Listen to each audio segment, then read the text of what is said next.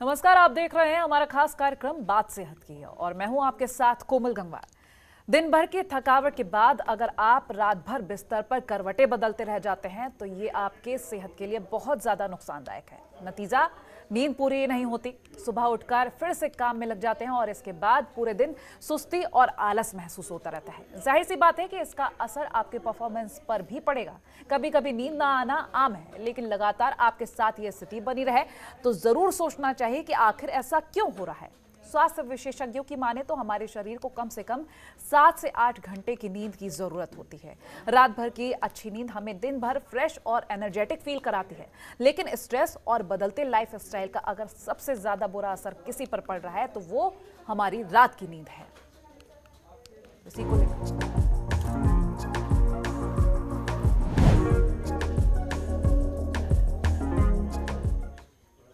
तो आखिर अनिद्रा का क्या कारण है, आखिर हमारे साथ ऐसा क्यों होता है और क्या सॉल्यूशन हो सकते हैं। हमारे साथ खास मेहमान जुड़ रहे हैं, हृदय रोग विशेषज्ञ डॉक्टर हिमांशु गुप्ता जुड़ रहे हैं। बहुत स्वागत है डॉक्टर हिमांशु आपका जनतंत्र टीवी पर। और मेरा पहला सवाल आपसे यही रहेगा कि अनिद्रा का कारण सबसे ज्यादा क्या होता है, क्योंकि आजकल का लाइफस्टाइल ऐसा हो गया है कि लोग भागते दौड़ते रहते हैं और जहां जब टाइम मिला, कभी कभी ऐसा होता है कि वो तब नींद पूरी कर लेते हैं, लेकिन ऐसा कहा जाता है कि रात की नींद आपकी हेल्थ के लिए सबसे ज्यादा अच्छी होती है। पहले तो हम अनिद्रा के कारण आपसे जानेंगे। जी कोमल जी, बहुत अच्छा सवाल आपने पूछा है। बहुत इम्पोर्टेंट इशू है रात की नींद नहीं आना या रात की नींद खराब आना, अनिद्रा। ये अपने आप में ये सबसे बड़ा साइकेट्रिक इशू आप इसको बोल सकते हैं। सो उसका जो मोस्ट कॉमन कॉज होता है, these are the psychiatric issues, जिसको हम इंसोम्निया बोलते हैं, या फिर अदर मानसिक बीमारियां जैसे डिप्रेशन की बीमारी हो गई या फिर साइजोफ्रेनिया हो गया, जिसमें क्या होता है अक्सर हमें कम नींद आती है। अगर आप नॉर्मल लोगों में बात करें तो बहुत ज़्यादा स्ट्रेस होना, बहुत ज़्यादा तनाव होना, वर्कलोड का स्ट्रेस होना, वर्क प्लेस का स्ट्रेस, या फिर घरेलू स्थिति की वजह से तनाव होना, किसी भी तरह का तनाव जो है ये सबसे बड़ा कारण है अनिद्रा का या देर से नींद आने का। डॉक्टर हिमांशु, आपसे हम ये भी जानेंगे, क्योंकि अनिद्रा के कारण आपने बताया, अब हम ये भी जानेंगे कि इसका हमारी सेहत पर कितना गहरा असर पड़ता है, क्योंकि अक्सर लोग इसे बहुत ही लाइटली ले लेते हैं और लोग अपनी नींद के बारे में बिल्कुल भी नहीं सोचते। काम में इतना ज़्यादा मशगूल हो जाते हैं कि शायद वो ये भी नहीं जानते कि 7 से 8 घंटे की नींद उनकी बॉडी के लिए कितनी ज़्यादा ज़रूरी है। जी मैम, बिल्कुल सही कहा आपने। Sleep is the most important asset we have. बोलते हैं कि हमारे लिए बहुत ज़रूरी है कि हम रात में 7-8 घंटे की स्लीप ज़रूर लें। अगर बच्चे हैं तो 8 से 9 घंटे, 9 से 10 घंटे की भी नींद ले सकते हैं। बहुत ज़रूरी होता है उनके मेंटल डेवलपमेंट के लिए, एडिक्वेट आईक्यू के लिए। अक्सर ये देखा गया है कि जिन लोग की रात में नींद नहीं आती है या देर से नींद आती है, जल्दी सुबह उठ जाते हैं, तो उनमें हमेशा अक्सर जो है लो आईक्यू होती है। दिन में भी ड्राउजीनेस बनी रहती है। आप सुबह सो करके उठते हैं तो आपको सर में थकान लगेगी, सर में हेडेक अक्सर हमेशा बना रहेगा, और डे टाइम स्लीपीनेस रहेगी, और वर्क प्लेस पे भी आपको बार बार नींद जैसी आएगी। इसके अलावा डायबिटीज डेवलप होना, हाइपरटेंशन होना, वेट बढ़ जाना, हार्मोनल इम्बैलेंसेस होना, स्पेशली लेडीज में अक्सर ये देखा गया कि हार्मोनल इम्बैलेंसेस इनमें डेवलप हो जाते हैं। सो ये बहुत सारे कॉम्प्लिकेशंस होते हैं जो कि नींद ना आने की वजह से या कम नींद आने की वजह से हमारी बॉडी में हो जाते हैं। बार कई सारे मरीजों में देखा गया है जिसमें कि हार्ट की बीमारियां होने लग जाती हैं। जैसे कि हमारे पास पेशेंट्स आते हैं, हार्ट अटैक होने लग गए, या फिर उनमें हार्ट की एक रिदम के डिसऑर्डर्स होते हैं जिसमें कि दिल की धड़कन अनियमित हो जाती है। कभी दिल की धड़कन बहुत तेज हो जाएगी, या दिल की धड़कन कम हो जाती है तो हमें कभी पेसमेकर लगाना पड़ता है, या अगर बढ़ जाती है तो दिल की धड़कन कम करने की दवाइयाँ हम लोग को देनी पड़ती हैं। इसके अलावा और भी ब्रेन रिलेटेड कॉम्प्लिकेशंस होते हैं, जिसमें कि स्ट्रोक हो जाना या ब्रेन हेमरेज हो जाना। ये सभी कुछ एक तरीके से हम बोल सकते हैं कि हमारी कम स्लीप से रिलेटेड होते हैं। अक्सर कम स्लीप में हमारा जो सिंपैथेटिक सिस्टम होता है बहुत एक्टिवेटेड रहता है, ब्लड प्रेशर बहुत ज़्यादा बढ़ता है, ब्लड प्रेशर में फ्लक्चुएशन बहुत ज़्यादा होता है। तो ये सारे कॉम्प्लिकेशन हम कह सकते हैं जो हमें कॉमनली देखने को मिलते हैं अपने हमारी ओपीडी प्रैक्टिसेस में। डॉक्टर, ब्रेन स्ट्रोक की हम बात करेंगे क्योंकि जब नींद पूरी नहीं होती है, जाहिर सी बात है कि बॉडी पर इसका गहरा असर जाता है, ये आपने बता ही दिया। लेकिन दिल के साथ साथ दिमाग पर भी इसका गहरा असर जाता है। ऐसा ये भी सुना जाता है कि लोग भूलने की बीमारियां भी इसके कारण लग जाती है, क्योंकि जब एक रेगुलर लाइफ में नींद पूरी ना होना और उसका एक गहरा असर जब आपके शरीर पर जाता है, तो दिमाग और दिल वो चीज़ है जिन पर सबसे पहले असर पड़ता है। तो नींद पूरी नहीं होती, जिसके कारण कई सारे रोग भी लगते हैं। अगर भूलने की बीमारी को लेकर हम आपसे जानने की कोशिश करें कि कितना सच्चाई है इस बात में। हेलो। जी doctor Himanshu. Hello. Doctor Himanshu, मेरी आवाज मिल रही है आपको? डॉक्टर हिमांशु तक शायद हमारा संपर्क नहीं हो पा रहा। एक बार फिर से संपर्क साधने की कोशिश करेंगे। लेकिन नींद ना आने के कारण कई सारी समस्याएं होती हैं। समय के साथ इम्यूनिटी आपकी कमजोर हो जाती है, दिमाग पर भी नेगेटिव असर पड़ता है। डॉक्टर हिमांशु, आपको मेरी आवाज मिल पा रही है? जी जी, मिल पा रही है। जी डॉक्टर हिमांशु, जिस तरह से हम अगर इम्यूनिटी को लेकर बात करें, नींद को लेकर बात करें, तो दिमाग और दिल पर सबसे पहले असर पड़ता है।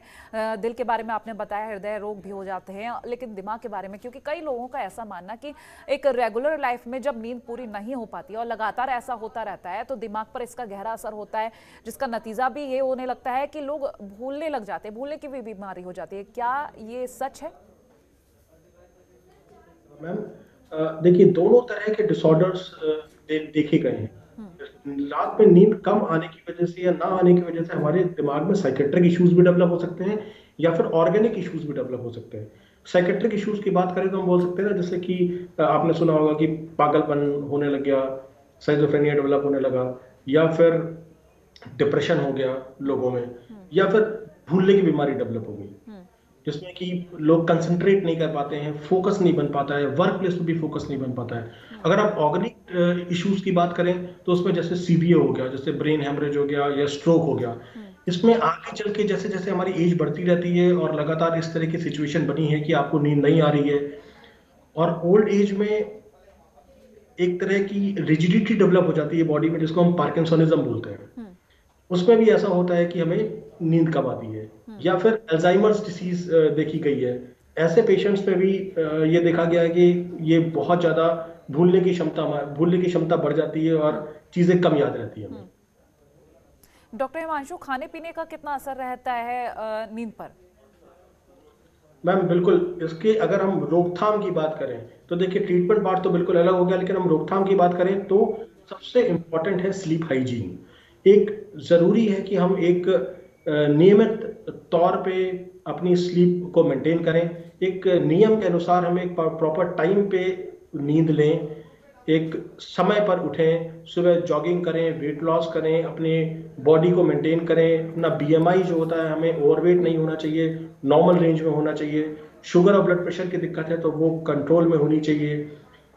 खाना हमें बिल्कुल लिमिटेड उसमें खाना चाहिए, और ताकि हाई फैटी फूड्स ना हो, हाई कोलेस्ट्रॉल फूड्स ना हो, लो सॉल्ट लो शुगर फूड होना चाहिए। ठीक है। और अगर फ्रूट्स को लेकर बात करें, क्योंकि नॉनवेज और फ्रूट्स को लेकर लोग कहते हैं, अक्सर उनका मानना होता है कि हेल्दी होता है, बॉडी के लिए काफ़ी हेल्दी होता है। लोगों को सजेस्ट करते हुए भी देखा है मैंने खुद ये सब चीज़ें देखी है कि आप नॉनवेज खाना शुरू कर दीजिए तो आपकी बॉडी हेल्दी रहेगी। इसका भी क्या कोई बेनिफिट है? मैम, मैं इसके बहुत ज़्यादा सपोर्ट में नहीं हूँ, क्योंकि अगर आप इस टाइम ट्रेंड देखें या फिर हमारे पास जो रिपोर्ट्स हैं वो हमेशा हमें बताती हैं कि हमें वेजिटेरियन फूड लेना चाहिए, वीगन फूड लेना चाहिए, ज़्यादा ग्रीन लीफी वेजिटेबल्स लेने चाहिए, फ्रूट्स की सर्विंग्स लेनी चाहिए, कम से कम 4 to 5 सर्विंग्स हमारी पर डे होनी चाहिए। अगर आप नॉन वेज ले रहे हैं तो fish is the best protein for us, जिसमें बहुत ज़्यादा डीएचए और ईपीए होता है। आप हफ्ते में 4 या 5 सर्विंग्स तक आप फिश की ले सकते हैं। अगर आप चिकन खा रहे हैं तो चिकन, रेड चिकन आप कुछ मात्रा में ले सकते हैं, लेकिन ऐसा नहीं कि आप डेली खा रहे हैं फिर उसको। और अगर आप हैवी या मोटे मांस की बात करें तो उसके फेवर में बिल्कुल भी हमारी जो रिपोर्ट्स है वो नहीं कहती हैं। तो अगर आप नॉनवेज ले रहे हैं तो ज़्यादा तला भुना ना खाएं, कम मात्रा में खाएं, और एज अ बस इस तरह से खाएं कि हमें प्रोटीन लेना है बॉडी में, उसको एज अ शॉक ना बनाएं। चाय कॉफ़ी को लेकर भी आपसे जानेंगे, क्योंकि कई बार ऐसा होता है लोग चाय कॉफ़ी के शौकीन होते हैं, उस वजह से अपना खाना भी स्किप कर जाते हैं। इसके बारे में आपसे जानकारी लेंगे कि इसका अनिद्रा में कितना योगदान रहता है। जी मैम, बहुत अच्छा सवाल है। मैं आपको बताऊं, चाय और कॉफ़ी दोनों ही हमें एम्प्टी कैलोरीज प्रोवाइड करती हैं। These are nothing else. लोगों को एक आदत पड़ जाती है, एक ब्रेन स्टिमुलेंट की तरह काम करती है हमें, जो थोड़ी देर के लिए हमारे ब्रेन को स्टिमुलेट कर देती है। अदरवाइज उसके साथ साथ जो शुगर्स हमारी बॉडी में जाता है, जो वो हार्मोनल इम्बेलेंस हमारी बॉडी में क्रिएट करते हैं, एक एसिडिटी होती है, और उससे हमारी भूख भी मरती चली जाती है। फिर आपको भूख नहीं लगेगी। स्पेशली अगर सोने के पहले आप ये कहते हैं कि सोने के कम से कम 4 घंटे पहले हमें कोई भी ऐसी चीज नहीं लेनी चाहिए जो हमारी स्लीप को डिस्टर्ब करे। चाय कॉफी तो बिल्कुल भी नहीं।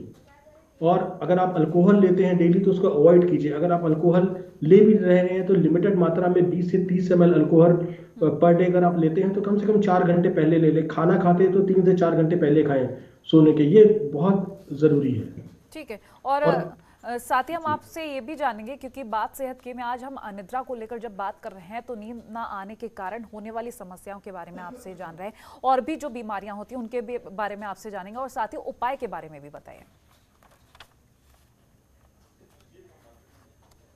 हेलो जी डॉक्टर जी हिमांशु, मेरा सवाल मिला आपको? अब जी, आपका सवाल मिल गया मुझे। मैं अब इसमें एक और एस्पेक्ट जोड़ना चाहता हूँ जिसको हम बोलते हैं कि अनिद्रा के साथ में खर्राटे आना या फिर स्नोरिंग होना। बहुत सारे नॉर्मल लोग होते हैं जिनकी मानसिक स्थिति अच्छी है, सब कुछ ठीक है, नींद भी आ रही है, लेकिन उसका पैटर्न खराब है। नींद आ रही है लेकिन खर्राटे बहुत ज्यादा आते हैं। खर्राटा आने का जो मेन कारण होता है, देखिए वैसे तो खर्राटे आना एक नॉर्मल सा इश्यू है, लेकिन जब भी आपका वेट बढ़ेगा, आपके गर्दन के आसपास का फैट बढ़ेगा, अगर आपकी गर्दन छोटी है, अगर और भी कुछ मानसिक तनाव है, तो उसकी वजह से आपको खर्राटे ज्यादा आएंगे। खर्राटे ज्यादा आने की वजह से क्या होगा, जब आप अगले दिन सुबह उठेंगे तो बहुत ज्यादा ड्राउजीनेस रहेगी, मेंटल हैवीनेस रहेगी, वर्क में कंसंट्रेशन नहीं बढ़ेगा, और साथ साथ आपका ब्लड प्रेशर बढ़ सकता है, शुगर बढ़ सकती है, आपका वेट बढ़ेगा, और उसी के साथ साथ हार्ट की डिसीजेज या फिर ब्रेन की डिसीजेस होने का चांसेस रहता है। सो इसके साथ साथ बहुत इंपॉर्टेंट है कि हमें पता होना चाहिए कि खर्राटे कितने आए और हमें कब उसका ट्रीटमेंट लेना चाहिए। तो ये कहते हैं अगर खर्राटे इतने ज्यादा आ रहे हैं कि आसपास वाले भी आपके खर्राटे से परेशान हो रहे हैं, उनको भी नींद नहीं आ पा रही है, या फिर आप खुद अपनी खर्राटे से परेशान है, मतलब आपको बहुत तेज खर्राटे आते हैं और आप खुद ही बीच में उठ जाते हैं। क्योंकि अक्सर ये होता है कि खर्राटे क्यों आते हैं? खर्राटे इसलिए आते हैं क्योंकि हमारा जो ये गर्दन के आसपास की जो सॉफ्ट टिश्यूज है, हमारी टंग है, वो रिलैक्स हो जाती है और वो पीछे जो हमारा एयरवे होता है उसमें गिर जाती है, तो उसकी वजह से वो ऑब्स्ट्रक्ट हो जाती है, चोकिंग होने लगती है उसमें। तो अचानक से हमारी बीच बीच में सांस भी रुकने लगती है। तो अक्सर ये देखा गया है कि जो हमारे मरीज होते हैं जिनका बीएमआई बहुत ज्यादा होता है, ओवरवेट होते हैं, तो उनमें टंग फॉल होने की वजह से जो एयरवे बंद हो जाता है और सांस भी बीच बीच में रुकने लगती है, फिर वो अचानक से गैस करते हुए, चोकिंग करते हुए उठते हैं, और ये साइकिल जो है बार बार रिपीट होती रहती है।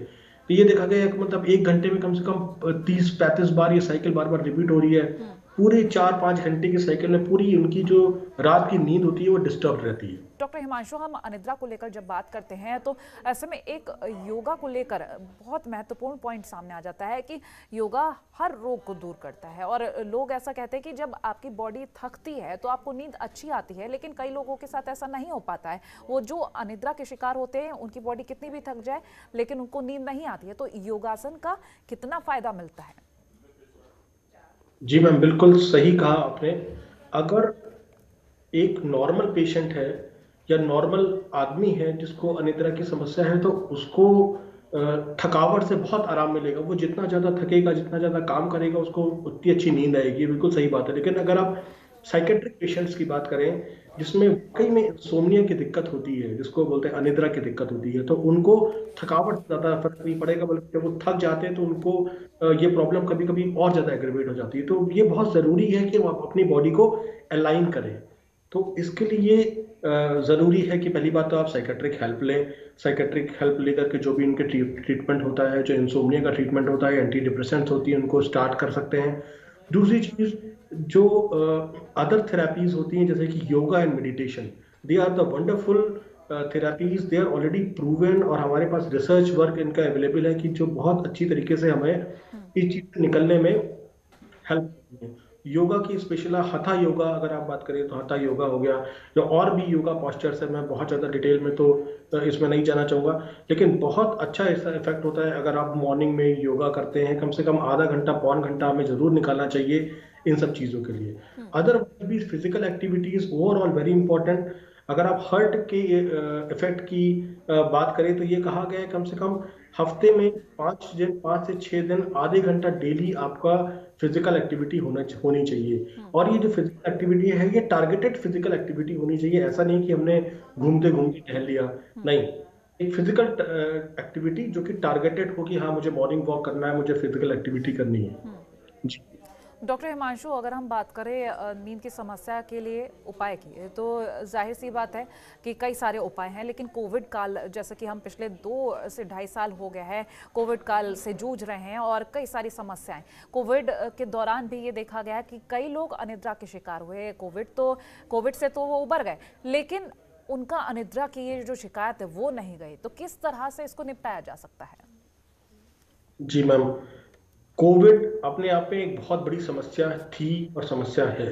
जैसा कि हमने सेकेंड वेव के बाद देखा, जिन लोगों में कोविड हुआ या फिर जिन लोगों की कोविड की वजह से मृत्यु हो गई, उनके परिजनों में ये बहुत बुरा इफेक्ट पड़ा है। क्योंकि कोविड की वजह से क्या होता है कि हमारे जो शरीर का ऑटोनॉमिक सिस्टम होता है वो कुछ खराब हो जाता है, जिसकी वजह से जिसका इफेक्ट हमारी नींद पर भी पड़ता है। हमारा ब्लड प्रेशर, हमारा हार्ट रेट, सब कुछ फ्लक्चुएट होने लगता है। कई बार ऐसा देखा गया, पेशेंट्स हमारे पास आते हैं इस तरह के जो कि हार्ट रेट या ब्लड प्रेशर में फ्लक्चुएशन करते हैं, बोलते हैं कि रात में नींद नहीं आती, तो हमें एंटी एंजाइटी या एंटी डिप्रेशन कभी कभी स्टार्ट करने पड़ते हैं। लेकिन मैं ये बताना चाहूँगा कि हम अपनी डेली रूटीन को अच्छा करके इस चीज़ से बहुत अच्छी तरीके से निपट सकते हैं। अपने आप पे फोकस कीजिए, अपनी डेली दिनचर्या को मेंटेन कीजिए। सुबह योगा एक्सरसाइज कर सकते हैं, एक अच्छा खाना खाएं, बहुत हैवी फूड को ना कंज्यूम करें, बहुत ज़्यादा नॉन वेज फूड को ना खाएं, रात में थोड़ा जल्दी सोने की कोशिश करें, 8 से 10 बजे के बीच में। ये कहा जाता है कि अगर आप रात में 1 गिलास दूध पी के सोते हैं तो उसमें क्या होता है, बहुत ज़्यादा ट्रिप्टोफैन होता है। ट्रिप्टोफैन की वजह से हमारे ब्रेन को जल्दी सेडेशन होता है, जल्दी ड्राउजीनेस आती है और जल्दी आप एक अच्छी नींद में जा सकते हैं। बिल्कुल। और जंक फूड के सेवन को भी लेकर आपसे बात करेंगे, क्योंकि नॉनवेज के बारे में हमने आपसे जाना, नॉर्मल फूड के बारे में भी आपसे जानेंगे और जंक फूड को लेकर भी जानेंगे, क्योंकि आज का वक्त ऐसा है कि युवाओं को लेकर खास तौर पर उनका जो रुझान है जंक फूड की तरफ ज़्यादा रहता है। शाम के वक्त में अक्सर देखा जाता है कि लोग जंक फूड की तरफ निकल पड़ते हैं। इसको लेकर भी आपसे जानेंगे कि किस हद तक जंक फूड फायदेमंद है और कहाँ नुकसान होने लगता है। मैम, जंक फूड अगर आप फायदे की बात करें तो उसमें फायदा कुछ भी नहीं है। जंक फूड अपने आप में, जैसा कि नाम बता रहे हैं, it is just for test. अगर आप टेस्ट के लिए खा रहे हैं तो ठीक है। अदरवाइज जैसे ही आप उसको ज्यादा खाएंगे तो आपको हर तरह के इल हेल्थ होने शुरू हो जाते हैं। पेट में बहुत ज्यादा एसिडिटी होगी, पाचन क्रिया जो होती है वो हमारी खराब हो जाती है, कभी कॉन्स्टिपेशन होता है, इन्फेक्शन का डर भी रहता है कि आपको डायरिया होने के चांसेस हैं। ओवरऑल इल हेल्थ इसलिए हो सकती है क्योंकि आप जो उसमें ऑयल होता है वो एब्सॉर्ब होता है हमारी बॉडी में, बहुत ज़्यादा सॉल्ट होता है वो एब्सॉर्ब होता है बॉडी में, ब्लड प्रेशर बढ़ा सकता है, हार्ट अटैक के चांसेस बढ़ सकते हैं, या फिर शुगर जो है हमारी वो भी बढ़ सकती है। सो फायदे तो मैं नहीं कहूँगा उसके कोई फायदे हैं। कोशिश हमारी ये रहनी चाहिए कि हमें एक फाइबर रिच फूड की तरफ मूव करना चाहिए। आपको ज़्यादा से ज़्यादा हाई फाइबर वाले जो सब्जियां हैं वो खाएं, हरी सब्जियां खाएं, जो सीजन के फल आ रहे हैं उनको कंज्यूम करें। कम से कम जैसे मैंने बताया कि भाई 4 से 5 सर्विंग अगर फ्रूट्स की आप कर पा रहे हैं तो it is very very good. Processed food का कंजम्पशन बिल्कुल कम से कम लगना है, जो कि आजकल बहुत ज़्यादा बढ़ गया है। लोग प्रोसेस्ड फिश या प्रोसेस्ड चिकन को कंज्यूम करते हैं, दैट इज नॉट गुड। कुल मिलाकर आपसे ये भी जानेंगे कि आपने कहा जब ये परेशानी रेगुलर हो जाती है तो क्या ऐसा ज़रूरी है कि सिर्फ डॉक्टर ही इस परेशानी को निपटा सकते हैं या फिर खुद से भी कोई उपाय किए जा सकते हैं? मैम, अगर आप अनिद्रा की बात करें और एक परसिस्टेंट प्रॉब्लम अगर ये बन जा रही है, इसकी वजह से आपको इल हेल्थ हो रही है, so it is always important to consult your physician, specially respiratory physician है, कार्डिक फिजिशियन से आप मिल सकते हैं। क्योंकि इसके हमें ज़रूरी होता है कि देखना कि कितना ज़्यादा ये आपको इफेक्ट कर चुकी है। तो इसके लिए एक टेस्ट होता है, उसको हम बोलते हैं स्लीप स्टडीज बोलते हैं, या फिर पॉलीसोमनोग्राफी करके हम लोग देखते हैं, जिसमें हम ब्रेन की एक्टिविटी देखते हैं। आप जब सो रहे होते हैं तो आपकी ब्रेन की एक्टिविटी कितनी है, आप सोते हुए आप कितना डीप स्लीप में जा रहे हैं, आपको कौन कौन की फेजेस में स्लीप आ रही है, ये बहुत इंपॉर्टेंट होता है। साथ साथ हमें बाकी ऑर्गन्स के फंक्शन को भी देखना पड़ता है कि आपकी किडनी में असर तो नहीं पड़ रहा, ब्रेन में ओवरऑल कैसा असर पड़ रहा है, आंखों पे या हार्ट में कैसा असर पड़ रहा है। अगर आपको बहुत ज्यादा खराटे वाली परेशानी है तो ऐसे में हम लोग अक्सर जो है सीपैप एक या बाईपैप जो डिवाइस होती है उसको एडवाइस करते हैं। ये एक डिवाइस होती है जो कि हाई प्रेशर में आपको एयर या ऑक्सीजन प्रोवाइड करती है। तो आप जब उसको रात में लगा करके सोते हैं तो आपके जो एयरवेज रहते हैं वो फैले हुए रहते हैं और खर्राटे कम से कम आते हैं, आपकी स्लीप कम से कम डिस्टर्ब होती है। So it is very important to consult your physician. एक लेवल के बाद हमेशा इसको खुद ही ठीक करने की कोशिश ना करें, कभी कभी चीज़ें हमारे हाथ में नहीं होती हैं। चलिए डॉक्टर, बहुत शुक्रिया हमारे साथ जुड़ने के लिए। तो अनिद्रा किस तरह से दूर की जा सकती है, किस तरह से उपाय किया जा सकता है, बात सेहत की में हमने बताया, लेकिन ज़रूरी है कि उपाय के साथ साथ अगर परेशानी बढ़ जाए तो डॉक्टर से भी सुझाव लें। इसी के साथ हमारी इस खास पेशकश में इतना ही। देखते रहिए जनतंत्र टीवी। नमस्कार। खबरों के निष्पक्ष विश्लेषण के लिए सब्सक्राइब करें Jantantra TV and press the bell icon. Never miss any update.